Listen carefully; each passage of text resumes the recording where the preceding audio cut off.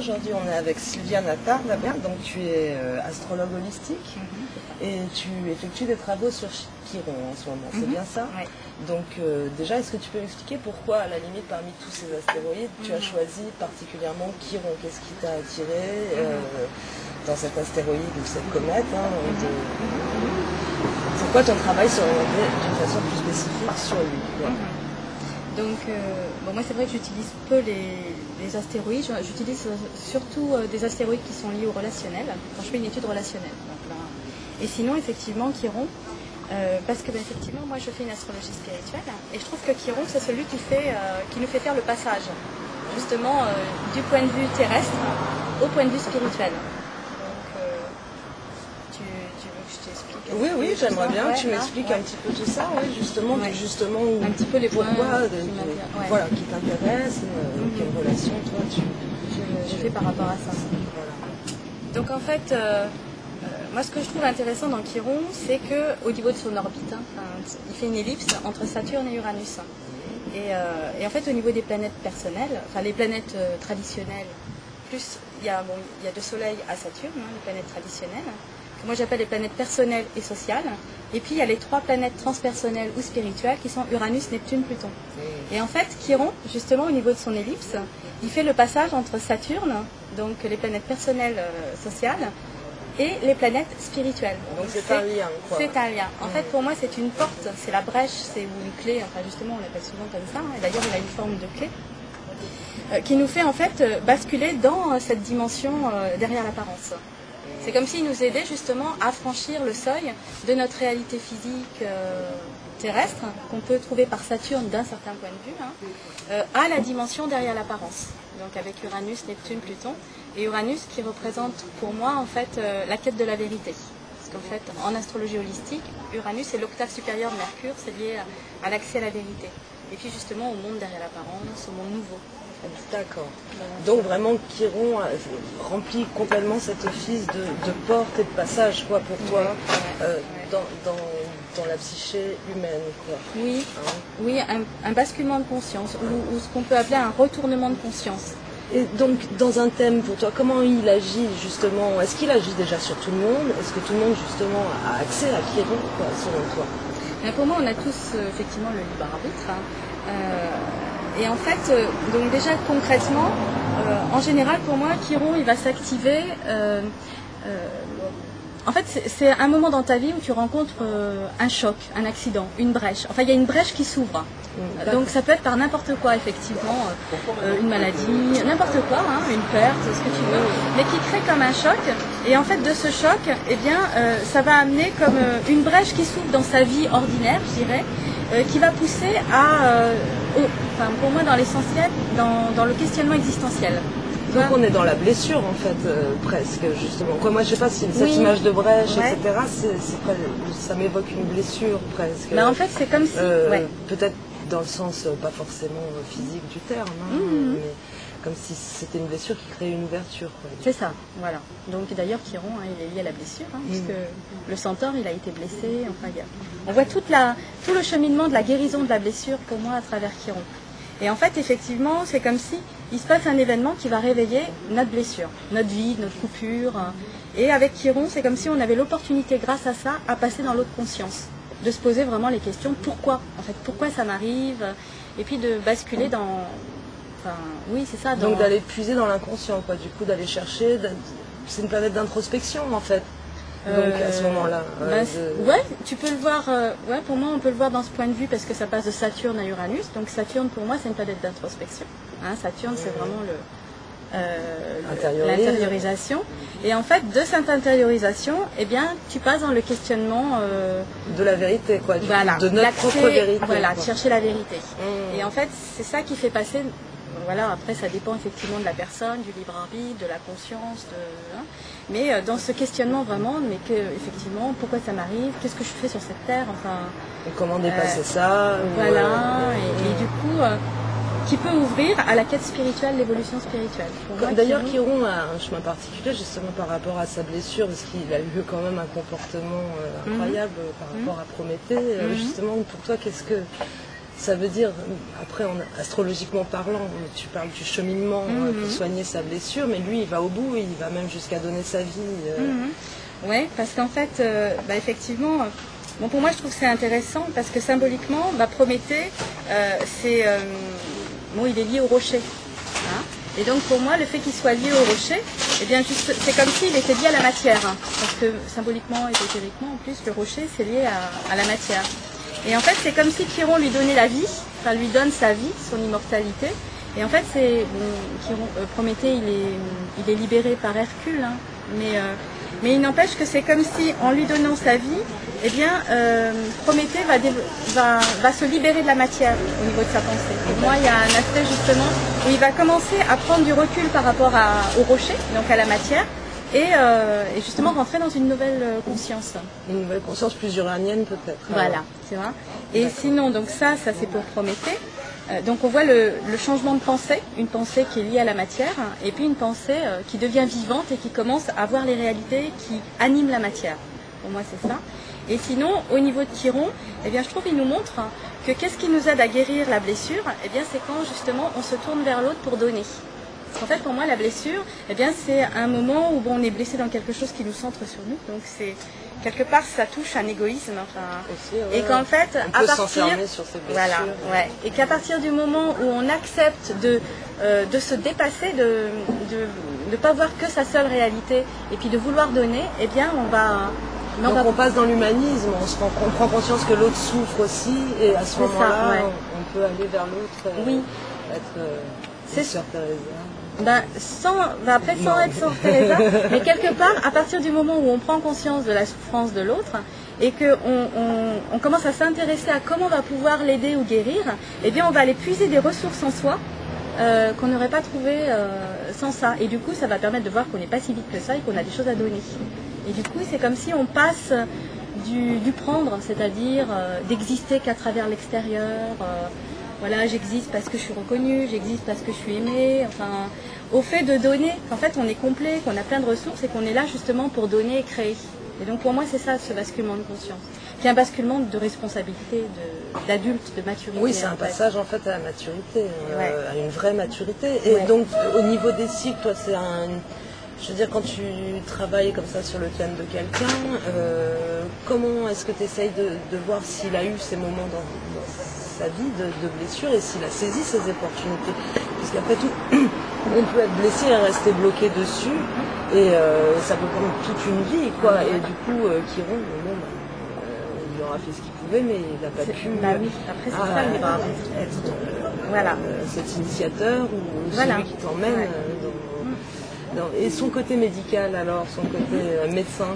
Donc oui, il y a vraiment, pour moi, il y a effectivement trois aspects dans le Chiron. Donc c'est cet aspect guérison.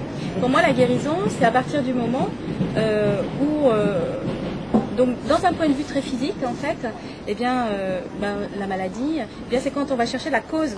Donc pour moi, la cause spirituelle de la maladie, qui fait que du coup, eh bien, si tu comprends pourquoi tu es tombé malade et que tu changes ton comportement, eh bien la maladie, elle n'a plus besoin d'être là et tu vas pouvoir rentrer dans le processus de guérison. Elle a plus d'exister, voilà. D'accord. Donc voilà, c'est Paracelse, il disait en fait, pour guérir, il faut chercher la cause de la cause de la cause.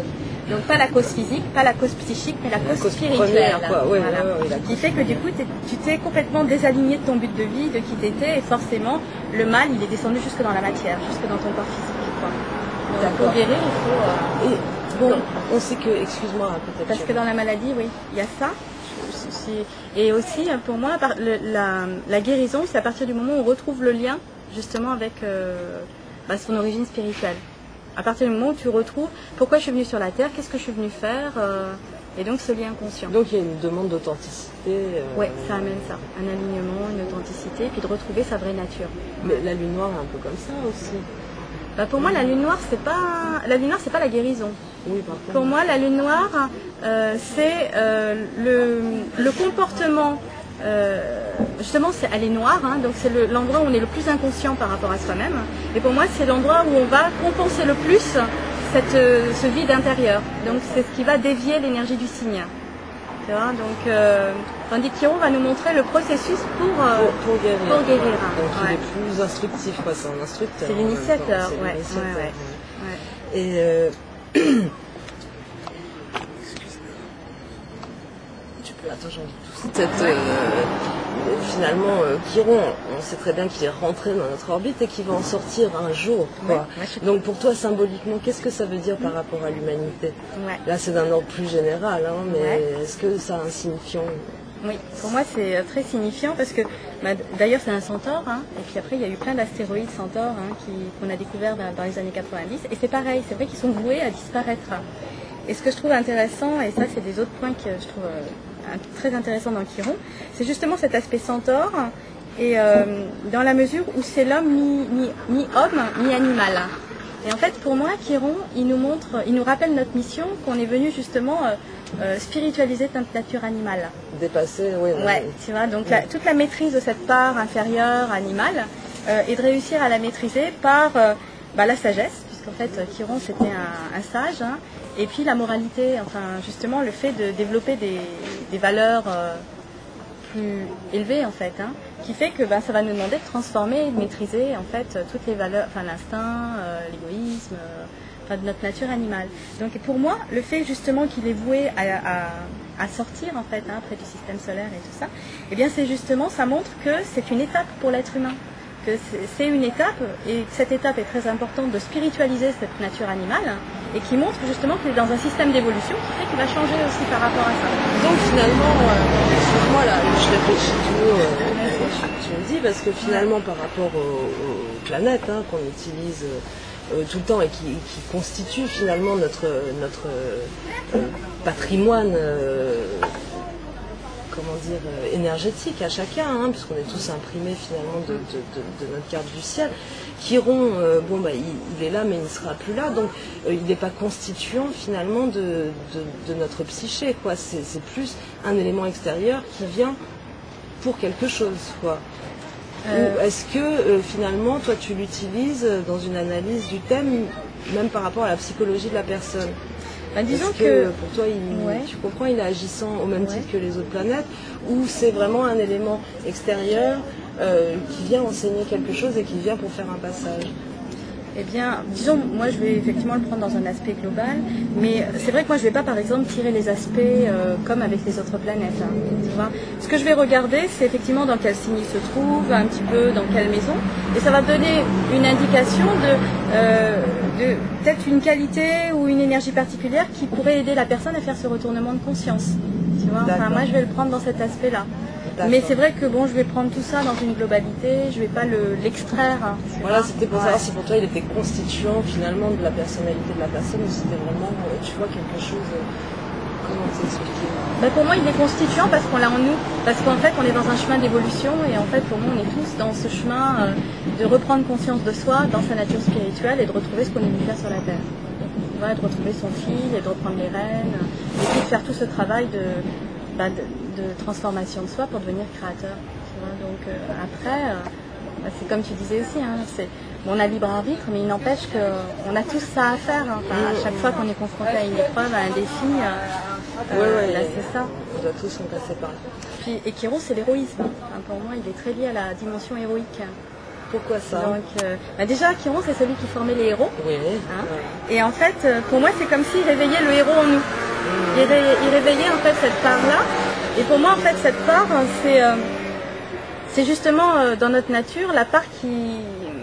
Enfin, bon, le héros, c'est celui qui se dépasse, enfin, qui se met au service d'un idéal, qui le dépasse, qui est plus grand que sa petite vie personnelle, justement, hein, et qui est capable, justement, de transcender ses limites, ses blessures, ses conditionnements, ses défauts, pour justement réaliser un idéal plus grand que lui, quoi, et qui n'est pas que pour lui. Donc il y a une dimension fraternelle, ça va faire progresser le plus grand. Et pour moi, on a tous, l'être humain, nous en tant qu'être humain, en fait, on a tous quelque chose comme ça, mais il faut le réveiller. Il faut le chercher. Voilà, et c'est vrai que bon, avec justement la vie ordinaire, et puis on pourrait rester endormi dans cette part-là. Mais pour nous, on a tous ça en fait.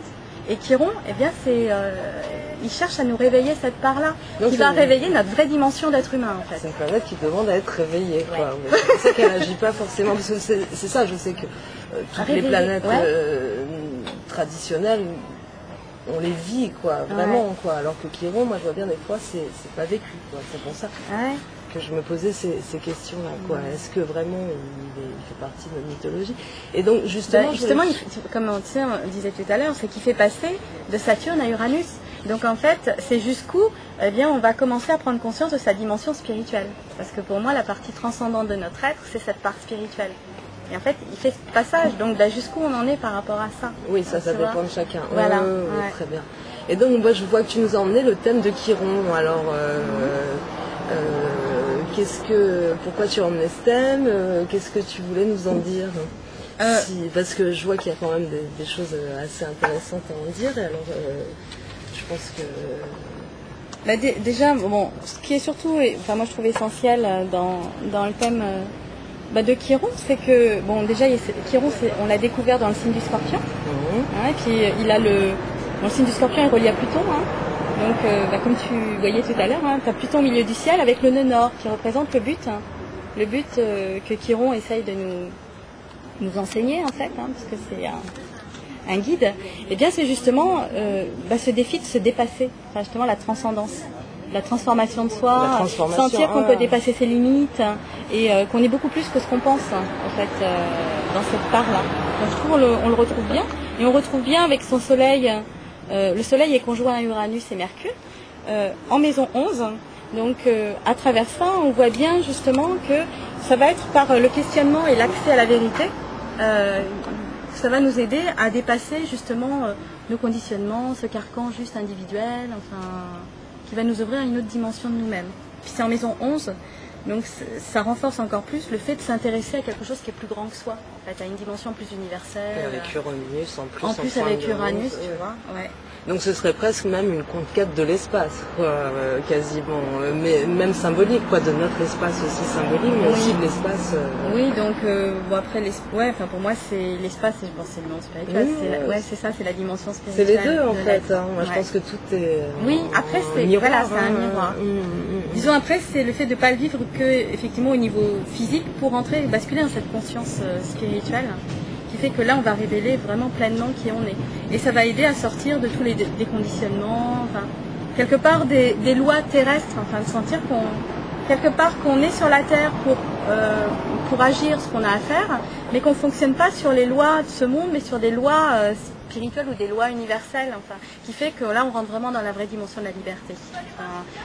C'est essentiel, je pense, à l'humanité aujourd'hui de prendre ce genre de prise de conscience. Le jour, justement, je parlais de Chiron avec Didier Lustig et on parlait de l'avenir du monde et on était assez pessimiste, je dirais, parce que c'est vrai que des fois, puis il y a des conjonctures qui vont se faire, des conjonctures qui sont assez difficiles. Et je disais, mais c'est pas possible que ça finisse comme ça en autre boudin, il doit se passer quelque chose. Et il me dit, oui, il y a quelque chose. Il me dit, pendant 10 ans, il y a Chiron qui est près de Neptune et qui reste là. Est-ce que pour toi, qu'est-ce que ça voudrait dire pour toi, justement, cette conjonction Chiron-Neptune dans le Verseau, en plus? Oui, pour moi, en fait, c'est vraiment le défi aujourd'hui de s'ouvrir à une dimension de fraternité. Pour moi, après c'est mon point de vue, mais aujourd'hui il y a trop un excès d'égoïsme, en fait, de profit égoïste et tout ça, et qui amène à la destruction. Et en fait, c'est sentir que si on commence pas à s'ouvrir à justement au fait de dépasser sa petite personne, individuelle, sa sphère individuelle, on va à la destruction. Et ça nous empêche la responsabilité, ça nous empêche. Mais qu'aujourd'hui, c'est comme si c'est vraiment urgent de développer cette dimension. Compassion fraternelle, dépasser sa petite sphère personnelle. Et je trouve qu'on retrouve bien là, parce qu'en maison 11, tu vois, on retrouve l'aspect universel, l'humanité. Et puis le milieu du ciel, tellement expressif, on dira. C'est vrai.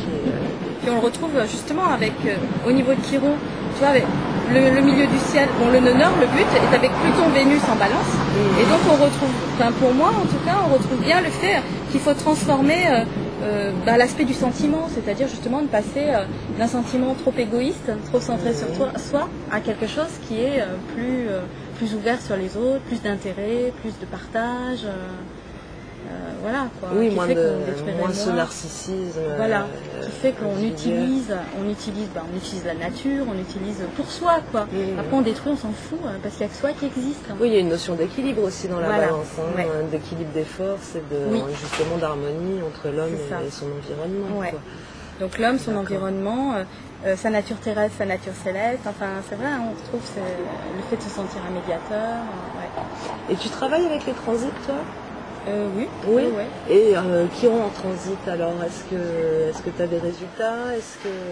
Pour moi, en fait, c'est ça. Enfin, à chaque fois qu'il passe en transit sur une planète, eh bien, il va essayer de créer cette brèche. C'est comme on parlait, enfin, d'essayer d'éveiller la personne à ce questionnement, donc à travers un événement, à travers quelque chose qui va la pousser à se dépasser. Enfin, mais le but derrière, c'est ça. C'est cet éveil, de qui elle est vraiment et de vouloir être elle-même en fait, mais dans sa belle réalité. D'accord. Et par rapport à Cécile, justement, je crois que Chiron c'est 52 ans à peu près. 50 oui. 50, 52 Oui, c'est 50. C'est entre 49 et 50, oui, 50, donc, par là. Donc pour toi, qu'est-ce que ça veut dire justement cette étape, comme on a le retour d'Uranus, l'opposition d'Uranus, les retours de Saturne, le retour de Chiron. Est-ce que... Eh bien, en fait, pour moi, c'est comme si justement, quand Chiron revient sur lui-même, donc là, c'est vraiment... c'est une période importante où on peut vraiment, à ce moment-là, eh bien, essayer de lâcher cette dimension, tu vois, comme on disait, un peu trop personnelle. Et puis, c'est intéressant au niveau des cycles de la vie, enfin, qu'on appelle aussi la biosophie. Vous savez, les 7 ans, les périodes de 7 ans, parce que 49 ans, on change de septaine, et c'est une septaine, en fait, au niveau de la sagesse de ces cycles, qui est liée à Jupiter. Et en fait, c'est une septaine, justement, où on doit s'ouvrir et redonner le fruit de ses expériences. Donc, il nous demande de donner. Justement, c'est comme si tout ce qu'on avait acquis comme expérience avant, et bien maintenant, il s'agit de redonner. Moment de transmettre. Ouais. Et c'est un moment où, même au niveau du sentiment, et bien, on commence à avoir plus de... on est moins centré sur soi, on commence à vouloir plus s'intéresser, normalement, s'intéresser aux autres. Voilà. Mais normalement, dans un cycle, souvent, on devrait commencer à se libérer d'un certain égoïsme. Ouais, voilà, tu vois, donc il faut retrouver bien avec ces septaines. Tu travailles avec l'axe des portes comme Catherine Castagnet, justement dans ce rapport Saturne-Uranus, est-ce que toi tu les emploies? Oui, en fait, donc je regarde comme ça. Donc pour moi, en fait, la porte qui va de Saturne à Uranus, donc après le mi-point et tout ça, c'est comme si c'était un petit peu, donc le signe là où elle se trouve, les qualités à développer ou à manifester, qui vont aider justement à s'extraire de la pesanteur. Justement pour se libérer, pour accéder à une vérité qui va changer notre conscience et du coup changer notre vision des choses et puis agir, mais depuis cette vision-là. Et puis de l'autre côté, donc c'est cet accès à la vérité, les efforts à faire pour accéder à cette vérité et à cette liberté. Et puis de l'autre côté, l'autre porte Uranus à Saturne, eh bien il s'agit là de mettre en pratique, de concrétiser dans ton quotidien, de manifester ces prises de conscience et cette vérité. Donc il va demander une transformation. Le lieu, d'accord. Voilà. Là, il faut que tu descendes, il faut que ça descende jusque dans la matière. Et ça va changer notre nature, ça va amener forcément une transformation de soi. Et ça peut faire descendre des impulsions spirituelles aussi dans la matière, des créativités inspirées. Après, c'est à un niveau ou simplement une prise de conscience qui fait qu'on va changer sa vie, ou son quotidien, ou certaines attitudes. Et toi, tes travaux personnels sur Chiron, alors, où est-ce que tu en es? Est-ce que tu es en train d'écrire je suis en train de... Tu as écrit un livre, en fait, tu as un projet de livre sur Chiron? Si tu veux, je dis que c'est un petit dossier. J'en sais rien. Mais voilà, c'est un dossier, on va dire. Oui. Voilà, donc là, j'ai fait, par exemple, l'interprétation du thème, je travaille sur la mythologie, donc je reprends les points par rapport aux constellations. Voilà, un petit peu tout ça, mais plus développé, en fait. Et puis après aussi, après c'est intéressant parce que Chiron, justement, dans cet aspect maîtrise et transformation de sa nature animale, Chiron va de Saturne à Uranus, donc pour moi c'est vraiment une transformation au niveau de la pensée. Il y a un autre astéroïde qui s'appelle Pholus, un centaure, qui va de Saturne à Neptune, donc là c'est toute une métamorphose au niveau de son sentiment, une purification du sentiment. Et un autre centaure c'est Saturne à Pluton, qui est Nessus. Et là, c'est vraiment une transformation profonde au niveau de sa volonté. Donc, c'est métamorphoser complètement ses instincts. Et donc tu travailles avec ces 3 astéroïdes, toi tu utilises les 3 centaures ou Chiron. Mais là je fais des recherches par rapport à ces 2 autres. C'est très intéressant. Qui justement là finissent ce lien entre les planètes justement. Personnel et transpersonnel. Chacun a la sienne, en fait, on a un lien entre chaque. Et qui amène une transformation des 3 plans de la personnalité. Parce que Mercure c'est la pensée, Vénus c'est le sentiment et Mars c'est l'action.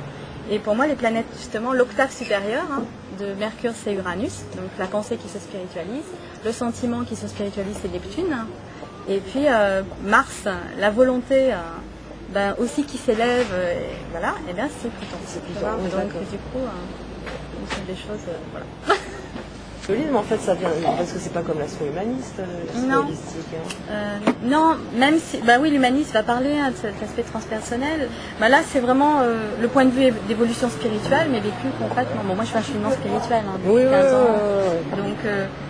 Donc c'est ce côté-là qui t'intéresse. Oui, et du coup, moi, j'accède mon spirituel. Enfin, je veux dire, à ton évolution spirituelle par l'astrologie, quoi. Voilà. Donc du coup, elle est abordée d'un point de vue concret, dans le travail intérieur. Pour révéler sa part, qu'on est là, quoi. Enfin, grande question. C'est le sens, c'est Non, mais on fera ça.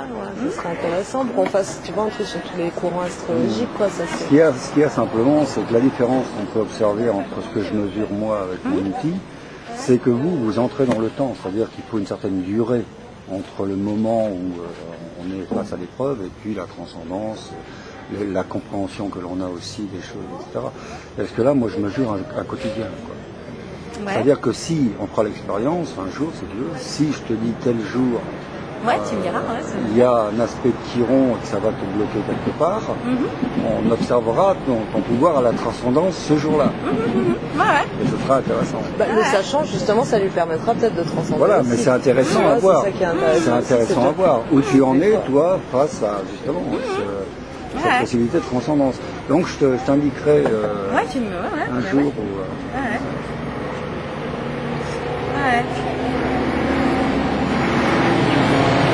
J'ai fait aussi le reportage sur Brigitte, là. Oui, ça avait été au cours, j'ai vu. Moi j'étais assez... son mouvement, quoi. Elle a un mouvement, rien que le mouvement traduit un petit peu son langage. C'est un langage, son mouvement, quoi.